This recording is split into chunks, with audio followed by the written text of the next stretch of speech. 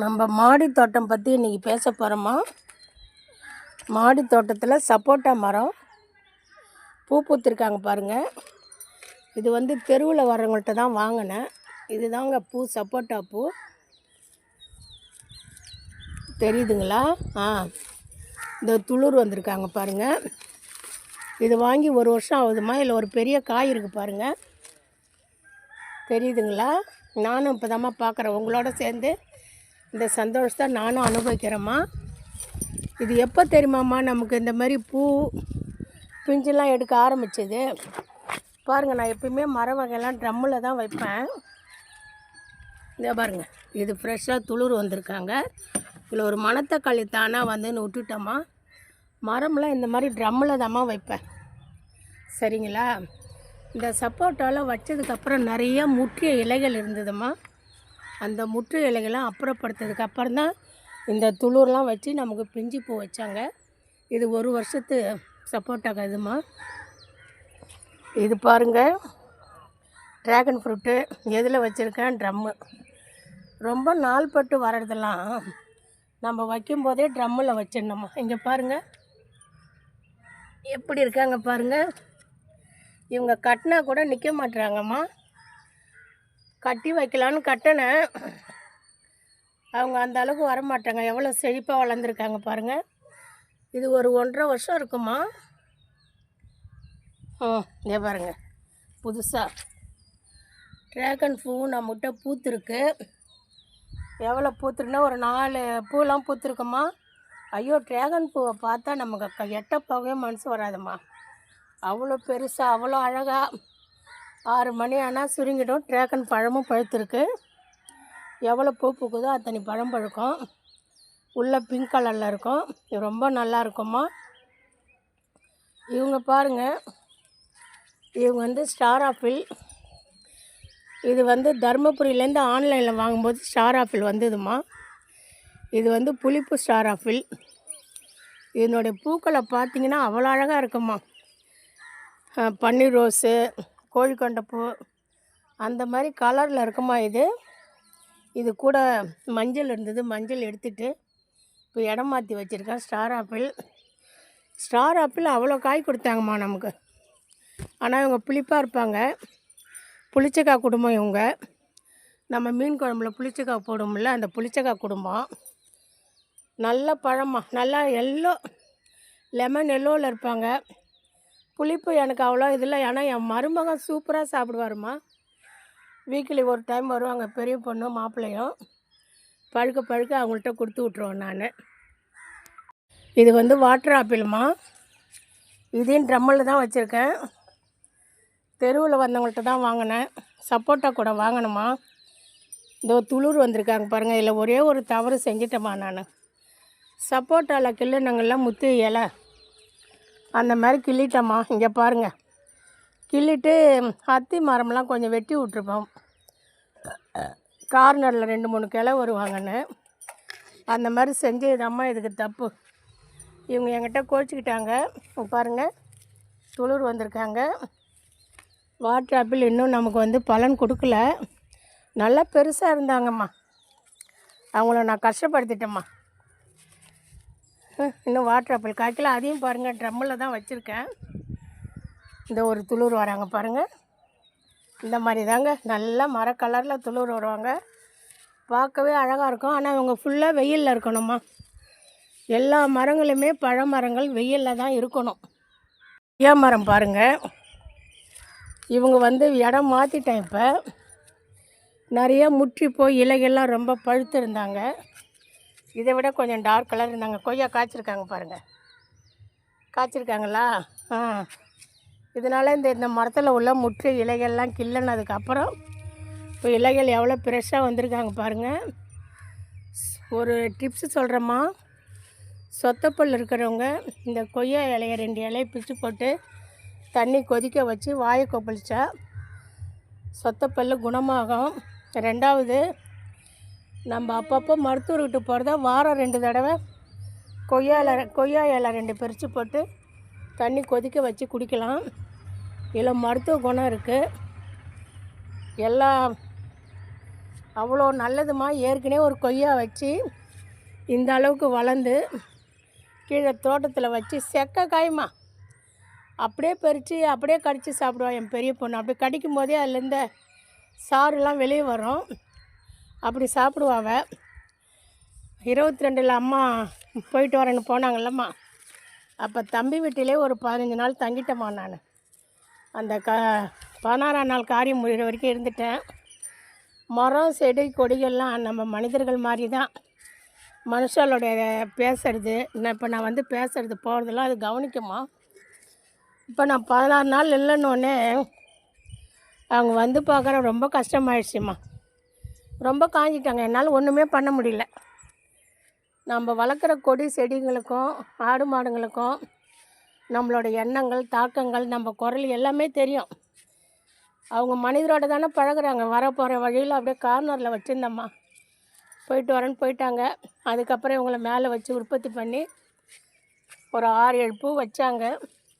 2 கொய்யாக்காய் காய்ச்சிருக்காங்கம்மா. இவங்க வந்து அத்தி மரம்மா. அத்தி மரத்துக்கு வாழ்க்கையே காரணமாக சொல்லலாமா.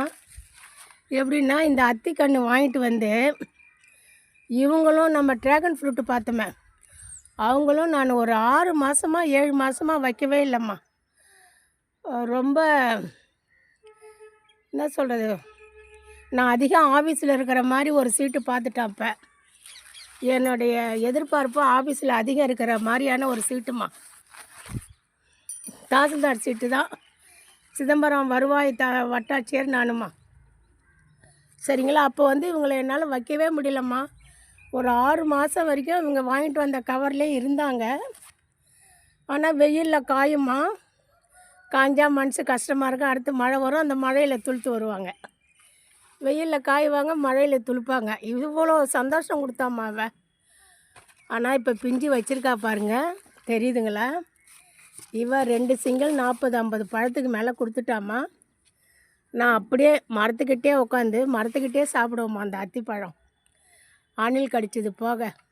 ஆனால் கீழ்ப்பக்கம்லாம் இருந்தால் அணில் கடிக்காது. இந்த பாருங்கள், கொஞ்சம் பெருசாகவே இருக்குது. மேலே தெரிகிற மாதிரி இருந்தால் தான் கடிப்பாங்க.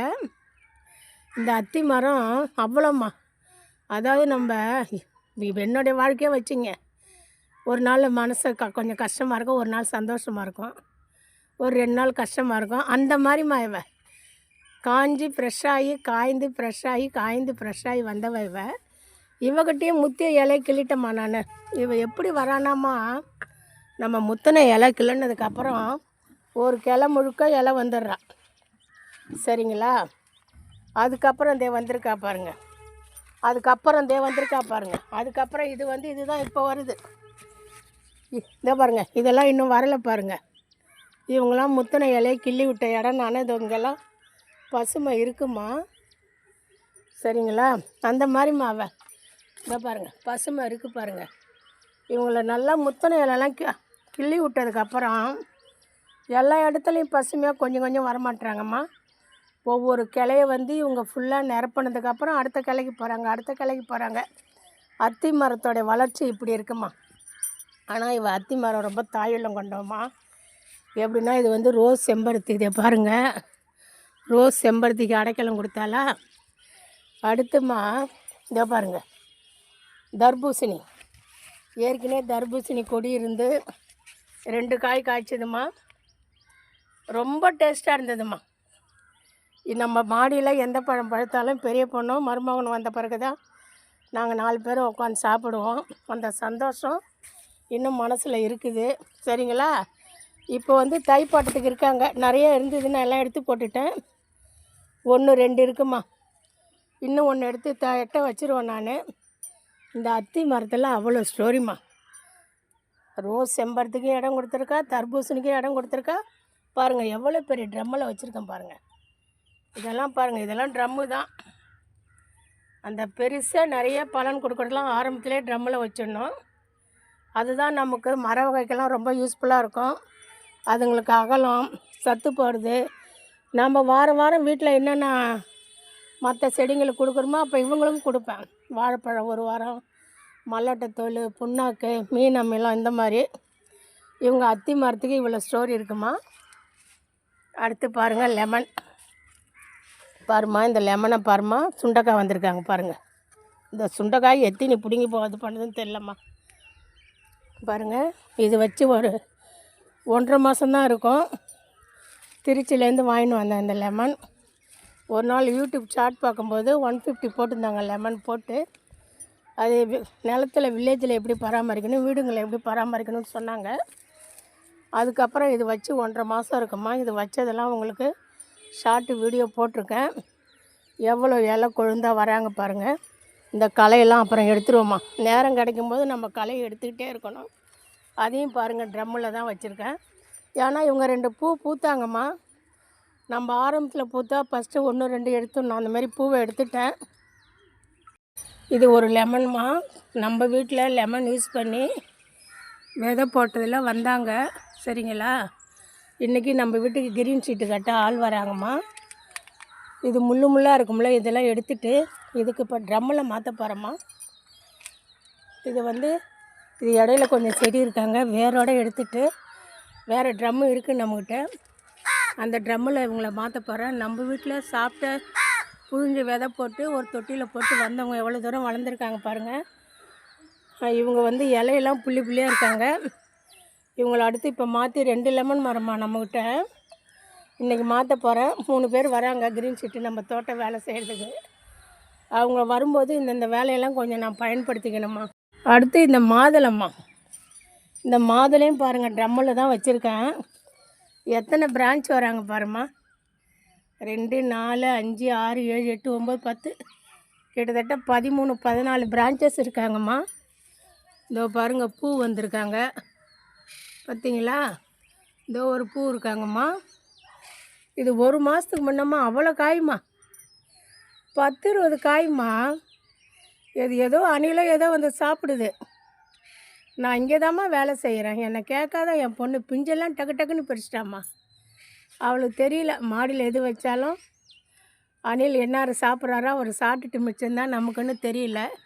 என்னை கேட்கவே இல்லை. ஆனால் ஒரு பழம் நல்லா பழுத்து அந்த ரெட்டு சொல வர்ற அளவுக்கு அடிச்சிருந்தது. அதை நான் ஷார்ட் போட்டேன். ஷார்ட்டும் நல்லா வியூஸ் போச்சுமா. இது ஒன்று தான் நான் மாதுளம் வாங்கி வச்சது. இதை பாருங்கள், நம்ம வீட்டில் தானாக இவங்க 2 காய் காய்ச்சிட்டாங்க. எவ்வளோ ஃப்ரெஷ்ஷாக இருக்காங்க பாருங்கள். இவங்களுக்கும் கொஞ்சம் களை எடுக்கணுமா. இவங்க 2 காய் காய்ச்சிட்டாங்க. எவ்வளோ செழிப்பாக இருக்காங்க பாருங்கள். இவங்க மாதுளம். இதை சிமெண்ட்டு ஜாடியில் தான் வாங்குகிறேன், வச்சுருக்கேன். இது சென்னையில் வாங்கின சிமெண்ட்டு ஜாடி வச்சுருக்கேம்மா. இதையும் இப்போ இது இப்போ மாற்ற வேணாம், கொஞ்ச நாள் இருக்கட்டும்மா. அடுத்த முறை ஆள் வந்தால் செஞ்சுக்கிறேன். சரிங்களா? அப்புறம் கீழே ஒரு இதே மாதிரி மண்ஜாடியில் ஒரு மாதுளையும் வெள்ளை வெத்தலையும் கலந்து வராங்க. அவங்களும் இன்றைக்கி கொண்டு மாதுளையை தனியாக வச்சுருவோம்மா. சரிங்களா? மாதுளை மரம், அதாவது ஒவ்வொரு பழங்களும் நம்ம வீட்டில் காய்ச்சி நம்ம சாப்பிடும்போது சாரிம்மா, அது மனசுக்கு எவ்வளோ சந்தோஷம் தெரியுங்களா? பாருங்கள், அந்த பூவை பாருங்கள். 2வது இந்த விநாயகர் சதுர்த்தி வரும்ல, விநாயகர் சதுர்த்தி, 2வது மகா சிவராத்திரிக்கெல்லாம் கொஞ்சம் வித்தியாசமான 21 பூக்கள் சேர்க்கணும். அப்போ நம்ம தோட்டத்திலே மாதுளம்பூ எடுத்துப்பேன் நான். இதெல்லாம் எவ்வளோ ஒரு பியூட்டி தெரியுங்களா? இது சின்ன இடம்தாம்மா, மாடி தோட்டம் சின்ன இடம்தான். சரிங்களா? அதில் எத்தனை மரம் வச்சுருக்கேன் பாருங்கள்.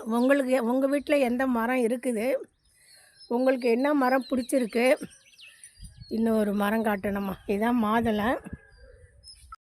மா. இவங்க மாமரம்மா. இவங்க திருச்சியில் தான் எலுமிச்சம் கண்ணோட வாங்கினேன். நான் வாங்கும்போது ஒவ்வொரு இலையும் இப்படி இருந்தாங்கம்மா. ரொம்ப காஞ்சி போய் முத்தி போய் இருந்தாங்க. எலுமிச்சங்கண்ணில் இருந்த திருப்தி இந்த மாங்கண்ணில் இல்லை. அப்புறம் தான் நமக்கு எல்லாம் குலதெய்வம் தானே, குலதெய்வத்தை வேண்டிக்கிட்டு இஷ்ட தெய்வத்தை வேண்டிக்கின்னு வச்சோம். அதே பாருங்கள், இதில் ஒரு தக்காளி செடி வராங்க. இதை பார்த்து நம்ம சேஃப்டியாக கொண்டு வரணும், தப்பு செடி. சரிங்களா? அந்த லெமன் வைக்கும்போது தான்மா வச்சேன். திருச்சியில் வாங்கிட்டு வந்தேன்னு சொன்னேனே. ஏற்கனவே தாய்லாந்து மேங்கோன்னு ஈரோடுலேருந்து வாங்கிட்டு 2 காய்ச்சி பூ இலையெல்லாம் வந்ததுமா. தொடர் மழை வந்தால் இந்த ஹைப்ரிட்லாம் கொஞ்சம் போயிட்டு வரமான்னுறாங்க. அப்படி தான் செம்பருத்தி போயிட்டு வரேன்னு சொல்லி இப்போ திரும்ப வாங்கி வச்சுருக்கேன். அப்போ இனிமேல் எச்சரிக்கையாக நம்ம தோட்டம் வச்சுக்கிறவங்க, மழை தொடர்ந்து வருதுன்னா இந்த ஹைப்ரிட் செடியெல்லாம் கொஞ்சம் தண்ணி படாத வச்சிடணுமா. இந்த கடப்பாங்கீழே மற்ற செடிங்களுக்கு கீழே வச்சிடணும். டைரெக்டாக தண்ணி வந்து படாமல் சைடில் தெளிக்கட்டும். தோட்டம் வச்சுருக்கோம், அதை ஃபாலோ பண்ணுங்கம்மா. ஏன்னா ஹைப்ரிட்டில் தான் எனக்கு இந்த மாங்கன்று செம்பருத்திலாம் போயிட்டு வரமான்னு போயிட்டாங்க. நம்ம அப்பப்போ செடி ஆர்வலர் வாங்க வேண்டியதாக இருக்குது. நமக்கு மரம் கொடி செடி வகையில் வைக்க சின்ன இடம் போதும், மனசில் ஒரு நம்பிக்கை இருக்கணும். கிட்டத்தட்ட என்கிட்ட இப்போ 8-9 மரம் இருக்குமா. ஆனால் பார்க்க இது வீடு 11 சதுர அடி வீடு தான். மேலே படிக்கட்டு வர்றதுனால 10 சதுரம் தான். சரிங்களா? வேறு ஏதாவது மரம் விட்டுட்டேனான்னு தெரியல. இத்தனை மர வகை இருக்குமா என்கிட்ட. ஏற்கனவே மாங்கன்று வச்சதில் தான் இப்போ ஒத்த ஊதா சங்கம், அதில் ஒரு செம்பருத்தி இருக்கிறாங்க, ஒரு அவரைக்கொடி இருக்கிறாங்க. அது ட்ரம்மில் தான் வச்சேன். அதனால் இவளை வந்து இப்போ இந்த தொட்டியில் வச்சுருக்கேம்மா.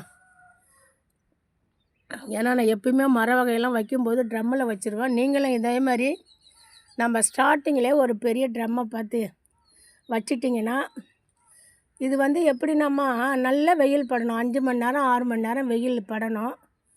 ரெண்டாவது, மரத்துக்கெல்லாம் நீங்கள் ரெகுலராக தண்ணி ஊற்றணும்னு இல்லை. அந்த மண் மேலே காயுது பாருங்கள், அதுக்கு மட்டும் ஒரு மகு மட்டும் போதுமா. ஏன்னா நம்ம ரெகுலராக தோட்டத்தில் தண்ணி ஊற்றுறோம். மரத்துக்கு மெயினாக தண்ணி தேவையில்லை. அது வந்து பூமியில் இருக்கிற மரத்துக்கு. நம்ம மாடியில் வளர்க்குறோன்னும் போது எல்லா செடிக்கும் ஊற்றும் போது அதுக்கு ஊற்றி தான் ஆகணும். நம்ம ரெகுலராக தண்ணி ஊற்றி கீழே வந்து அப்படியே வேறு அழுகிற மாதிரி ஆகிடும். சரிங்களா? அந்த மாதிரி முல்லை செடி, எந்த செடி நீங்கள் தண்ணி ஊற்றி தண்ணி கீழால் ஹோல்ஸால் இறங்குதோ உடனே மறுநாள் அந்த மரத்துக்கோ செடிக்கோ தண்ணி ஊற்றாதீங்க. நம்ம ஊற்றும் போது கீழே அந்த ஹோல்ஸ் வழியாக தண்ணி இறங்காமல் இருந்தால் நம்ம ஊற்றலாம். இறங்கிட்டதுன்னா மறுநாள் விட்டணும். ஏன்னா அந்த கூலிங் இருக்குது. மேலே நம்ம வந்து தண்ணி வந்து ஊற்றக்கூடாது. நம்ம மாடியில் வச்சு ரெகுலராக தண்ணி ஊற்றுறதுனால இதெல்லாம் நம்ம கொஞ்சம் கவனிக்கணுமா. பார்த்துங்க, எல்லா செடியும் எப்படி நான் வைக்கிறேனோ 5 விதம் கலந்து அதே மாதிரி தான்மா இதுக்கும் கலக்கிறேன். ஆனால் இவங்களுக்கு கொஞ்சம் அளவு வந்து அதிகமாகும். சரிங்களா? இது வந்து 2வது மாங்கன்னுமா. இங்கே வேறு ஏதோ பிச்சுக்கிட்டு இருக்கு. ஆனால் நம்மக்கிட்ட மாமரமே இன்னொரு வீட்டில் இருக்குது. இருந்தாலும் நம்ம மாடியில் இருக்கிறது எப்படிம்மா, அந்த ஒரு ஆசைக்கு வச்சுருக்கேன். நீங்களும் பழத்தோட்டம் வைங்க. ஆரம்பத்திலே 4-5ன்னு வாங்காத 1-2 வாங்கி அதை வச்சு அதில் உள்ள நன்மை தீமை நல்லது கெட்டது தெரிஞ்சு, ஆனால் இவங்க பொறுமையாக தான் பலன் கொடுப்பாங்க, நிழல் கொடுப்பாங்க, மனசுக்கு நிம்மதியை கொடுப்பாங்க, ஒரு ஆறுதலை கொடுப்பாங்க. காய்கறி பூக்கள் மாதிரி 3 மாதம் 6 மாதத்தில் பலன் கொடுக்க மாட்டாங்க. இவங்கள்ட்ட நம்ம வாழ்க்கையில் நம்ம அமைதியாக பொறுமையை காக்கிற மாதிரி இவங்கள்கிட்ட நம்ம அமைதி பொறுமையை காக்கணுமா. காத்தா ஒரு நேரத்தில் நம்மளை ரொம்ப சந்தோஷப்படுத்துவாங்க. இந்த மாங்கன்றில் கூட பூ வந்ததுன்னா அதை நான் கிள்ளி போட்டுவிடுவோம்மா. எந்த மரத்தில் ஃபஸ்ட்டு பூ வருது அதை 1-2 கிள்ளி போட்டுட்டா தான் அடுத்து நமக்கு பலன் அதிகமாக இருக்கும். இல்லைன்னா அந்த ஒரு பூ 2 இதோட நமக்கு நின்றுடும். இதையும் கொஞ்சம் பார்த்துங்க. இதாம்மா மாடியில் பழத்தோட்டம். நீங்களும் வாங்கம்மா, ஒரு நாளைக்கு வந்து பாருங்கள், கமெண்ட் பண்ணுங்கள் என்ன ஊர்லேருந்து பார்க்குறீங்கன்னு. உங்களுக்கு வந்து எந்த மரம் பிடிச்சிருக்கு, சரிங்களா? உங்களுக்கு பிடிக்கிற பழத்தின் பேர் எல்லாம் கமெண்ட் பண்ணுங்கம்மா. மாடி தோட்டத்தின் பழமரம்னு இப்போ தான் நான் வீடியோ மரத்தை பற்றி போடுறேன். ரொம்ப சந்தோஷமாக. நன்றி.